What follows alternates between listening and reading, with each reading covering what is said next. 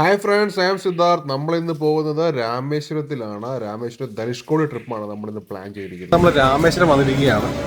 അതായത് നമ്മുടെ അമൃത എക്സ്പ്രസ്. ഇതാണ് രാമേശ്വരം റെയിൽവേ കവാടം. ഇതാണ് എക്സിറ്റ്. ഇവിടുത്തെ വർക്കുകളെല്ലാം തന്നെ അമ്പലം പോലെ തന്നെ. ഞാൻ ഓൾറെഡി ഒരു സ്കൂട്ടർ റെൻ്റിൽ പറഞ്ഞിരുന്നു. അവിടെ കെനിൽ ബൈക്ക് റെൻ്റൽസ് എന്ന് പറഞ്ഞിട്ട് രാമേശ്വരത്ത്. അവർ കറക്റ്റ് ടൈമിൽ നമുക്ക് റെയിൽവേ സ്റ്റേഷനിൽ വണ്ടി കൊണ്ടു തന്നു. ഇതാണ് വണ്ടി. വലിയ സെറ്റപ്പൊന്നും ഇല്ല, അത്യാവശ്യം കണ്ടീഷനാണ്, നമുക്ക് ഓടിച്ച് പോവാം. വണ്ടി മൊത്തത്തിൽ ഞാൻ ഒന്ന് ചെക്ക് ചെയ്തു. ഞാനും അമ്മയും ഒരു സ്കൂട്ടർ റെൻറ്റിന് എടുത്തിട്ട് ഞങ്ങൾ പോവാണ്. വെയിൽ സഹിക്കാൻ വയ്യ, ഒരു പുള്ളിയിൽ ഇരിക്കുന്നുണ്ട്. പെട്രോളൊക്കെ അടിച്ചിട്ട് ഞങ്ങൾ നേരെ ധനുഷ്കോടി റൂട്ട് കയറി. രാമേശ്വരത്ത് നിന്ന് ധനുഷ്കോടിയിലേക്കുള്ള വഴി ഇന്ത്യയിലെ തന്നെ ഏറ്റവും മനോഹരമായ റോഡാണ്. രണ്ട് സൈഡ് കടലും നടുവിലൂടെ നീളുന്ന റോഡും അതുപോലെ കടൽക്കാറ്റും എല്ലാം അനുഭവിച്ച് നമുക്ക് ഇങ്ങനെ പോവാം. ആദ്യം ബുദ്ധിമുട്ടിയെങ്കിലും അമ്മയ്ക്കും ഈ യാത്ര പിന്നെ ഇഷ്ടപ്പെട്ടു തുടങ്ങി. യാത്രക്കിടെ ഞാൻ തിരിഞ്ഞ് ഇടയ്ക്ക് നോക്കാറുണ്ട് അമ്മ ഈ യാത്ര എൻജോയ് ചെയ്യുന്നുണ്ടോയെന്ന്. ഓരോ പുതിയ കാഴ്ച കാണുമ്പോൾ അമ്മയുടെ മുഖത്ത് വരുന്ന സന്തോഷം കാണുമ്പോൾ എനിക്ക് തോന്നി ഈ യാത്രയുടെ ഏറ്റവും വലിയ സുന്ദര കാഴ്ച കടലോ റോഡോ അല്ല, അത് അമ്മയുടെ മുഖത്തെ ചിരിയും സന്തോഷവുമാണെന്ന്. ഇരുവശത്തും നീലക്കടൽ. അമ്മ ആദ്യമായിട്ടാണ് വരുന്നത്, അതുകൊണ്ട് തന്നെ അമ്മയ്ക്ക് ഇതെല്ലാം പുതിയ കാഴ്ചകളാണ്.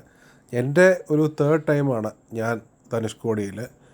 ഞാൻ വണ്ടി ഒന്ന് നിർത്തി ഇടയ്ക്ക്. ധനുഷ്കോടി എവിടെ അറിയാതെ കടിച്ചുകൊണ്ടിരിക്കുന്നു.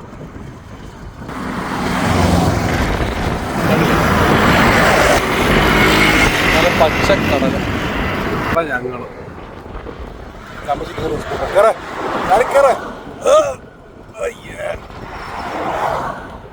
ധനുഷ്കോടിയിലേക്ക്. അങ്ങനെ പോയപ്പോഴാണ് ഞങ്ങൾ അവിടെ ഒരു ACV കണ്ടത്. ACV എന്ന് പറഞ്ഞാൽ എയർ കുഷ്യൻ വെഹിക്കിൾ എന്നാണ്. ഇത് നമ്മുടെ ഇന്ത്യൻ കോസ്റ്റ് ഗാർഡിൻ്റെ വെഹിക്കിളാണ് കിടക്കുന്നത്. ഇത് കോസ്റ്റൽ സർവൈലൻസിനും അതുപോലെ തന്നെ നമ്മുടെ പട്രോളിങ്ങിനൊക്കെ യൂസ് ചെയ്യുന്ന വെഹിക്കിളാണ്. അത് ഷൂട്ടിംഗ് അലൗഡ് അല്ല. നമ്മൾ അടുത്ത് പോയപ്പോഴത്തേ അവർ പറഞ്ഞു അവിടെ അലൗഡ് അല്ലെന്ന്. എന്നാലും ഞങ്ങൾ കുറച്ച് നേരം അവിടെ നിന്ന് ഷൂട്ട് ചെയ്തിട്ട് ഞങ്ങൾ പതുക്കെ തിരിച്ചു. അമ്മയ്ക്കും അത് ഇഷ്ടപ്പെട്ടു. അവിടെ പോയി കുറച്ച് ഫോട്ടോസൊക്കെ എടുത്തിട്ട് നേവി ചേട്ടന്മാരോട്ട് വർത്താനമൊക്കെ പറഞ്ഞ് ഞങ്ങൾ പതുക്കെ ഇറങ്ങി. അങ്ങനെ ഞങ്ങൾ ഗോസ്റ്റ് ടൗൺ റീച്ച് ആയിരിക്കുകയാണ്, അതായത് നമ്മുടെ സ്വന്തം ധനുഷ്കോടി. അന്നത്തെ തിരക്ക് കണ്ടില്ലേ, നല്ല തിരക്കായിരുന്നു ഞങ്ങൾ ചെന്ന ദിവസം. ഇതൊരു വീക്ക് ഡേ ആയിട്ട് പോലും ഇത്രയും തിരക്ക് അനുഭവപ്പെട്ടു. നമ്മുടെ പുരാണത്തിൽ പറയുന്ന രാമസേതുവൊക്കെ ഇവിടെയാണുള്ളത്. അതായത് ലങ്കയിലേക്ക് പാലം പണിയാൻ ശ്രീരാമൻ സ്ഥലം രേഖപ്പെടുത്തിയത് ഇവിടെയാണെന്നാണ് പറയുന്നത്. ബംഗാൾ ഉൾക്കടലിൻ്റെയും മന്നാർ ഉൾക്കടലിൻ്റെയും ഒരു സംഗമ സ്ഥാനമാണ് ഇത്. 1964 ചുഴലിക്കാറ്റിൽ രാമേശ്വരം പൂർണ്ണമായും നശിച്ചു. കൂടാതെ ഇവരുടെ വില്ലേജുകൾ പലതും വെള്ളത്തിനടിയിലായി. അങ്ങനെ സർക്കാർ ധനുഷ്കോടി വാസയോഗ്യമല്ലെന്ന് വിധിച്ചു. ഇതിപ്പോൾ പ്രേതനഗരം അല്ലെങ്കിൽ ഗോസ്റ്റ് ടൗൺ എന്നറിയപ്പെടുന്നു. എപ്പോൾ വേണമെങ്കിലും പൊളിച്ചുകൊണ്ട് പോകാൻ പറ്റുന്ന രീതിയിലുള്ള കടകളും കമ്പോളങ്ങളുമാണ് അവിടെയുള്ളത്. ചെറുകിട വ്യാപാരങ്ങൾ മാത്രമേ അവിടെ നടക്കുന്നുള്ളൂ ഇപ്പോൾ. ചിപ്പി കൊണ്ടുള്ള മാലകളും അതുപോലെ തന്നെ ചെറിയ ശംഖുകളും ശ്രീലങ്കയിൽ നിന്ന് അവർ കൊണ്ടുവന്ന് വിൽക്കുന്ന ചെറിയ ഓർണമെൻറ്റ്സും ഒക്കെ നമുക്ക് അവിടെ വാങ്ങാൻ സാധിക്കും. പിന്നെ ചൂടായതുകൊണ്ട് അവർ കട്ട് ഫ്രൂട്ട്സൊക്കെ അവിടെ ഇട്ട് കച്ചവടം ചെയ്യുന്നുണ്ട്.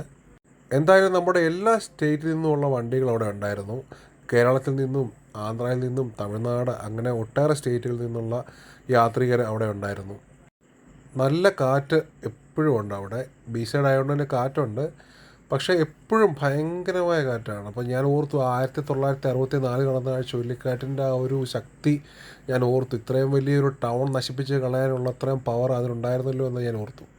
ആ ദ്വീപ് ഫുള്ളായിട്ട് ആ കാറ്റ് എടുത്തുകൊണ്ട് പോയി. അതുപോലെ തന്നെ അവർ 22 വില്ലേജ് പോയെന്നാണ് ഒരു ചേച്ചി അവിടെ കച്ചവടം ചെയ്തൊരു ചേച്ചിയോട് പറഞ്ഞത്. വെള്ളത്തിനടിയിലാണെന്നാണ് പറഞ്ഞത്. അതുകൊണ്ട് തന്നെ അവർ പോർട്ടബിൾ ഷോപ്സൊക്കെയാണ് എല്ലായിടത്തും ഉണ്ടാക്കി വെച്ചിരിക്കുന്നത്. ഇതൊക്കെയാണ് ഇന്ത്യയിലുള്ള കടകൾ. പിന്നെ നമ്മൾ അക്കരയ്ക്ക് നോക്കുകയാണെന്നുണ്ടെങ്കിൽ അവിടെ ചെറിയ ഒരു ഐലൻഡ് പോലെ കാണാം നമുക്ക്. പക്ഷെ അവിടെ ഒന്നും ആരും കാണുന്നില്ല, ബോട്ടുകൾ അങ്ങനെ ഒന്നും തന്നെ അവിടെ ഇല്ല. പിന്നെ ഞങ്ങൾ പതുക്കെ തിരിച്ചിറങ്ങി. അശോകസ്തംഭം ഒരു വലത് വെച്ച് ഞങ്ങൾ പതുക്കെ തിരിച്ച് രാമേശ്വരത്തിന് പോകാൻ പ്ലാൻ ചെയ്തു. അമ്മയാണ് വീഡിയോ എടുക്കുന്നത്.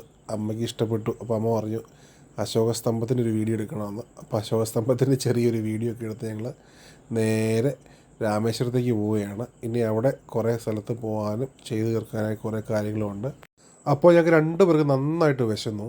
അപ്പോൾ പിന്നെ ഇവരെ ഒതൻറ്റിക് ഫിഷ് ഫ്രൈ കഴിക്കാൻ വേണ്ടി ഞങ്ങൾ കയറി. ഈ മീനാണ് ഞാൻ ഓർഡർ ചെയ്തത്. ഇതിന് പേരറിയാമെന്നൊരു പറയണേ. ഞാനൊരു നോൺ വെജ് മീലും അമ്മയൊരു വെജ് മീലും പറഞ്ഞു. ഫിഷ് ഫ്രൈ ഒക്കെ വന്നു. ഇതേ കണ്ടില്ലേ, അവർ പീസാക്കിയാണ് ഫ്രൈ ചെയ്തിരുന്നത്. അത്യാവശ്യം നല്ല ടേസ്റ്റൊക്കെ ഉണ്ട്. മസാല വേറെയാണ്. ഫുഡൊക്കെ കഴിച്ചിട്ട് ഞങ്ങൾ പഴയപള്ളി കാണാൻ പോയി. ഇതാണ് പഴയപള്ളി. ഇവിടെ കുറേയധികം കടകളും ശ്രീലങ്കൻ ഓർണമെൻറ്റ്സും ഒക്കെ അവൈലബിളാണ്. പിന്നെ അവിടുത്തെ ചെറിയ കടയൊക്കെ ഞങ്ങൾ കാണാൻ പോയി. കട കമ്പോളങ്ങളൊക്കെ ഇതൊക്കെയാണ് ഐറ്റംസ്. അമ്മയ്ക്ക് കുറേ ഐറ്റംസൊക്കെ ഇഷ്ടപ്പെട്ട് കുറേയൊക്കെ വാങ്ങി. പിന്നെ ഇതാണ് കിണർ അവിടുത്തെ. ഇത്രയും കടലിൻ്റെ നടുക്കുള്ള ഒരു കിണറാണ്. ഇതിലെല്ലാം കുടിക്കാൻ പറ്റുന്ന വെള്ളം കിട്ടും. അവിടുത്തെ ചേട്ടൻ ഞങ്ങൾക്ക് കോരിയെടുത്ത് കുടിക്കാനൊക്കെ തന്നു. പള്ളിയുടെ അടുത്തുള്ള കടകളാണ് ഇതൊക്കെ. ഇഷ്ടംപോലെ കടകളുണ്ട്. എല്ലാം താൽക്കാലികമായിട്ട് വെച്ചിരിക്കുന്ന കടകളാണ്. കണ്ടോ, മുത്തുമാലയും അങ്ങനെയുള്ള ഐറ്റംസും ഒക്കെ ഇഷ്ടം പോലെ ഇവിടെ കിട്ടും. ഇതാണ് പള്ളിയുടെ ഫ്രണ്ട്. കണ്ടില്ലേ, ഇവിടെ ഇപ്പോൾ ഇതിൻ്റെയൊക്കെ അവശിഷ്ടങ്ങൾ മാത്രമേ ഉള്ളൂ.